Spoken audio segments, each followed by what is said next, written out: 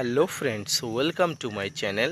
দেশ এবং দেশের বাইরে থেকে যারা আজকে আমার ভিডিওটি কন্টিনিউ করেছেন প্রত্যেককে gardener trips with Kamal YouTube চ্যানেলে স্বাগতম। তো ফ্রেন্ডস, আজকে আমার ভিডিওর আলোচনার বিষয়বস্তু কি হবে সেটি আপনাদের সঙ্গে পরে বলছি। তার আগে আপনাদের যে ভিডিওটি দেখাচ্ছি অবশ্যই মনোযোগ সহকারে দেখতে থাকুন।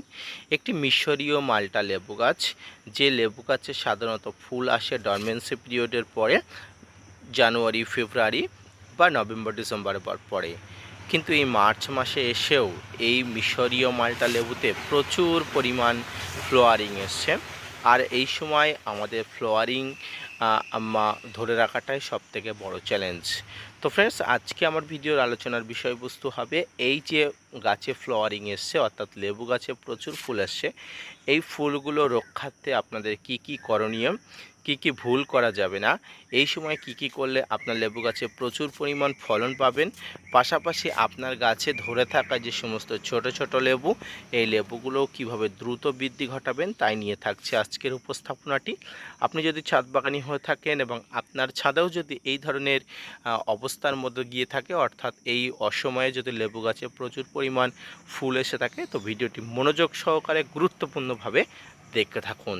আপনারা দেখছেন আপনাদের প্রিয় YouTube channel gardener trips with Kamal. তো ফ্রেন্ডস, সর্বপ্রথম আমি বলেছি অসময়ে লেবু গাছে ফুল, অর্থাৎ এই সময়টা লেবু গাছে ফুল আসার কোনোভাবেই সময় নয়। যদিও অসময়ে চলে এসছে, তবুও আমি খুব খুশি, পাশাপাশি এটা নিয়েও চিন্তিত এই ফুল থেকে কতটা ফল ধরাতে পারবো সেটা নিয়ে। তো লেবু গাছের ফুল আসার পরিচর্যা সম্পর্কিত যাবতীয় তথ্য আমি আপনাদের ডরমেন্সি পিরিয়ডের পরে, অর্থাৎ নভেম্বর থেকে মোটামুটি মার্চ মাস পর্যন্ত দিয়েছিলাম। সেইভাবে পরিচর্যা করে আপনার গাছে লেবু হয়তো ধরেছে, সেই লেবুগুলো হয়তো আপনি পরিচর্যা করছেন। পাশাপাশি আমার এই গাছটি লেবু ধরার মতো উপযুক্ত একদমই নয়, অত্যন্ত ছোটো মাপের একটি গাছ। আমি দূর থেকে একটু দেখাই আপনাদের, কিন্তু পাশাপাশি ফল এসে গেছিলো। সেই গুটিগুলো, কিছু গুটি ছিল, কিছু গুটি ড্রপ হয়ে গিয়েছিলো। আর এই গুটি ড্রপ হয়ে যদি যায়, বুঝতে হবে আপনার গাছের বয়সজনিত কোনো সমস্যা আছে।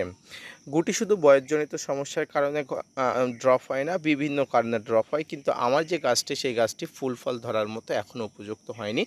এটি অন্তত আমি হলফ করে বলতে পারি। যদিও গুটি এসছিল এবং কিছু পরিমাণ গুটি টিকে গেছে, আমি গত ভিডিওতে আপনাদের সঙ্গে শেয়ার করেছিলাম।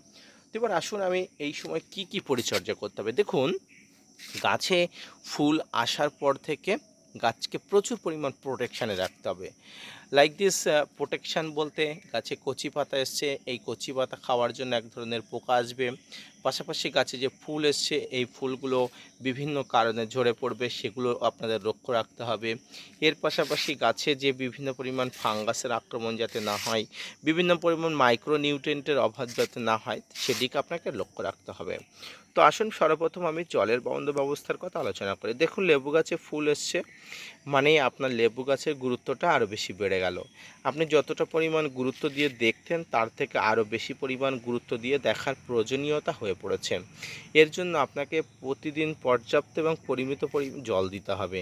জল যখনই দেবেন, আপনি অবশ্যই ভাসিয়ে দেবেন না, অল্প অল্প দেবেন, দিনে 2 বার দেবেন, কিন্তু জল যেন ভাসিয়ে দেবেন না, তাহলে কিন্তু ফুলগুলো ড্রপ হয়ে যাবে, যেমনটি আমি নভেম্বর ডিসেম্বরে ডরমেন্সি পিরিয়ডে বলেছিলাম। এর পাশাপাশি আপনার গাছে তো জল দেওয়ার প্রয়োজনীয়তা রয়েছে, কারণ ফলগুলো আছে, জলের অভাব হলে ফলগুলো আবার ড্রপ হয়ে যাবে, তাই জল আপনাকে পরিমিত দিতেই হবে। এর পাশাপাশি আপনাকে ফাঙ্গিসাইড এবং কীটনাশকের কথা বলে, দেখুন আপনার গাছে একটা লেবু এখনও পর্যন্ত ফুটে যায়নি, অর্থাৎ প্রস্ফুটিত হয়নি। এই সময়টায় আপনি ফাঙ্গিসাইড এবং কীটনাশক ব্যবহার করতেই পারেন। এই ফাঙ্গিসাইড কীটনাশকের মধ্যে আপনার কাছে যে কোনো ধরনের ফাঙ্গিসাইড এবং কীটনাশক থাকলে অল্প মাত্রায়, অল্প ডোজ ভেবে সবসময় 1 ml এর মধ্যে, এবং ফাঙ্গিসাইড সবসময় 1 গ্রামের মধ্যে রেখে একসঙ্গে স্প্রে করে দেবেন। ব্যাস, ফুল আসার আগে আপনাকে আর কিছু করতে হবে না। এবং এই সময় যে বিষয়টা নিয়ে আমি সবথেকে বেশি গুরুত্ব দিয়ে কথা বলি, সেটি হচ্ছে গাছে পটাশের অভাব যাতে না হয়। ফ্রেন্ডস, পটাশ এমন একটি জিনিস যেটি গাছের ভিতর থেকে শক্তিশালী করে, যেটি গাছের রোগ প্রতিরোধী করে তোলে, পাশাপাশি গাছে ফল ফুল আনতে যেমন সাহায্য করে, ফলের মিষ্টতা বাড়াতে সাহায্য করে, পাশাপাশি এই ফুলগুলো যাতে সঠিক হারে আসে, সঠিক স্বাস্থ্যবান হয়ে আসে, সেক্ষেত্রে পটাশের ভূমিকা অনস্বীকার্য। তাই এই সময় আপনাকে জৈব বা রাসায়নিক পদ্ধতিতে পটাশের যোগান দিয়ে যেতে হবে। যদি আপনারা জৈবভাবে পটাশের যোগান দিতে চান তাহলে কলার খোসা গুঁড়ো করে আপনার গাছের মাটিতে দিতে পারেন, অথবা কলার খোসা ভিজিয়ে জল আপনারা গাছের গোড়াতে দিতে পারেন। এটি কতদিন অন্তর অন্তর দেবেন? 7 দিন অন্তর অন্তর আপনার গাছেকে কন্টিনিউয়াসলি দিতে পারেন। কিন্তু কোনোভাবে নাইট্রোজেন ঘটিত কোনো খাবার আপনার গাছে দেবেনই না, এটি অন্তত গুরুত্ব সহকারে মাথায় রাখবেন। এর পাশাপাশি যেটি করতে হবে সেটি হচ্ছে এই সময় বোরনের অভাবজনিত কারণে আপনার গাছের ফুলগুলো ঝরে যেতে পারে, গাছের সমস্ত ফুলগুলো অপস্ফুটিত হয়ে যেতে পারে। তাই এই সময় বোরনও আপনাকে স্প্রে করতে হবে। কত গ্রাম স্প্রে করতে হবে? আপনি বললাম যে এই সময় আপনি যেমন পটাশের অভাব যেমন দেবেন, পাশাপাশি আপনাকে বোরনেরও যোগান দিতে হবে। ফ্রেন্ডস, এর পাশাপাশি আরেকটা জিনিস আমি মিস্টেক করে এসেছি, যে পটাশ আপনি কলার খোসার কথা বললাম, এবং আপনি যদি রাসায়নিকভাবে পটাশ দিতে চান তাহলে অবশ্যই আপনি কখনোই লাল পটাশ দেবেন না। আমি বারবার ভিডিওতে বলি যে টবের মাটিতে কখনো লাল পটাশ দেবেন না। লাল পটাশে লবণের পরিমাণ বেশি থাকে, এতে গাছের মাটি ক্ষতিগ্রস্ত হয়। তাই সবসময় আপনারা দেবেন 0050 অর্থাৎ সালফেট অফ পটাশ। এই সালফেট অফ পটাশ গাছের জন্য অত্যন্ত গুরুত্বপূর্ণ, অত্যন্ত কার্যকরী। আপনার গাছে ফুল ফল ধরে রাখা, ফুল ফলের মিষ্টতা বৃদ্ধি, গাছের স্বাস্থ্যবান করে তোলার ক্ষেত্রে পটাশের ভূমিকা অত্যন্ত গুরুত্বপূর্ণ। তাই আপনাকে অবশ্যই এই পটাশ দিতে হবে। কতটা দেবেন? 1 গ্রাম হারে 1 লিটার জলে গুলে আপনি দিতে পারেন। কতদিন অন্তর দেবেন? আপনি রাসায়নিক পটাশ দিলে আপনি 15 দিন অন্তর অন্তর একবার দিতে পারেন। এবারে যেটা বলছিলাম সেটা হচ্ছে বোরন। ফ্রেন্ডস, বোরন আপনাকেও দিতে হবে। কত গ্রাম করে দেবেন? আপনার 1 গ্রাম করে ওই এসওপি অর্থাৎ সালফেট অফ পটাশের সঙ্গে মিশিয়ে একসঙ্গে স্প্রে করে দিতে পারেন। ব্যাস, এইটুকুই আপনার গাছের জন্য যথেষ্ট। এই সমস্যাগুলো যদি আপনি দেখতে পারেন, না পটাশের অভাব, না বোরনের অভাব যদি আপনার গাছ না হয়, তাহলে আপনার গাছে কিন্তু প্রচুর পরিমাণ এই ফুল হচ্ছে, ফুলগুলো থেকে ফল ধরতে বাধ্য বা গুটি ধরতে বাধ্য। এই সামগ্রিকভাবে আপনার গাছে পরিচর্যা করুন। যেহেতু অসময়ে আপনার গাছে ফুল এসছে, আর এই ফুলগুলো বাঁচিয়ে রাখা বা ফুলগুলো থেকে ফল পাওয়া আপনার কাছে একমাত্র চ্যালেঞ্জ। ফ্রেন্ডস, আমি জানি না কতটা ফুল আমি ধরে রাখতে পারবো, তবে আমি সার্বিকভাবে চেষ্টা করব, আমি সর্বোত্তমভাবে চেষ্টা করব গাছে যে ফ্লাওয়ার এসছে ফ্লাওয়ারগুলো থেকে সর্বোচ্চ পরিমাণ ফল নেওয়ার। জানি না কতটা সফল হব, তো বাকি ভিডিও আপনাদের অবশ্যই আপডেট দেবো যে আমি কতটা পারলাম, কতটা অসফল হবেন সব কিছু নিয়ে।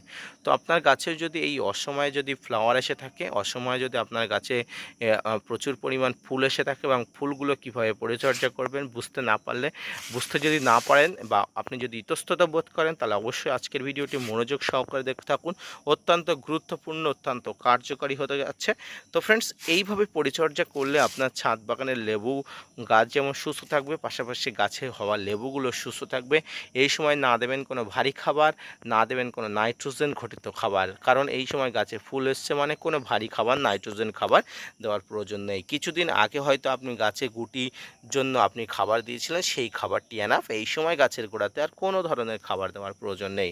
সামগ্রিকভাবে লেবু গাছের পরিচর্যার আজকের এই ভিডিওটি কেমন লাগলো অবশ্যই লাইক, কমেন্ট, শেয়ার এবং সাবস্ক্রাইব করে জানাবেন। পাশাপাশি gardener trips with Kamal YouTube চ্যানেলকে সাপোর্ট করবেন। আপনাদের জন্য প্রতিনিয়ত তথ্য নিয়ে ভিডিও বানায়। আপনারা যদি মোটিভেট করেন, ভিডিও বানাতে আগ্রহী হই এবং নতুন নতুন ভিডিও বানাতে উৎসাহী হই। দেখা হচ্ছে পরবর্তীতে নতুন কোনো ভিডিও নিয়ে, ততক্ষণ সঙ্গে থাকবেন। ধন্যবাদ।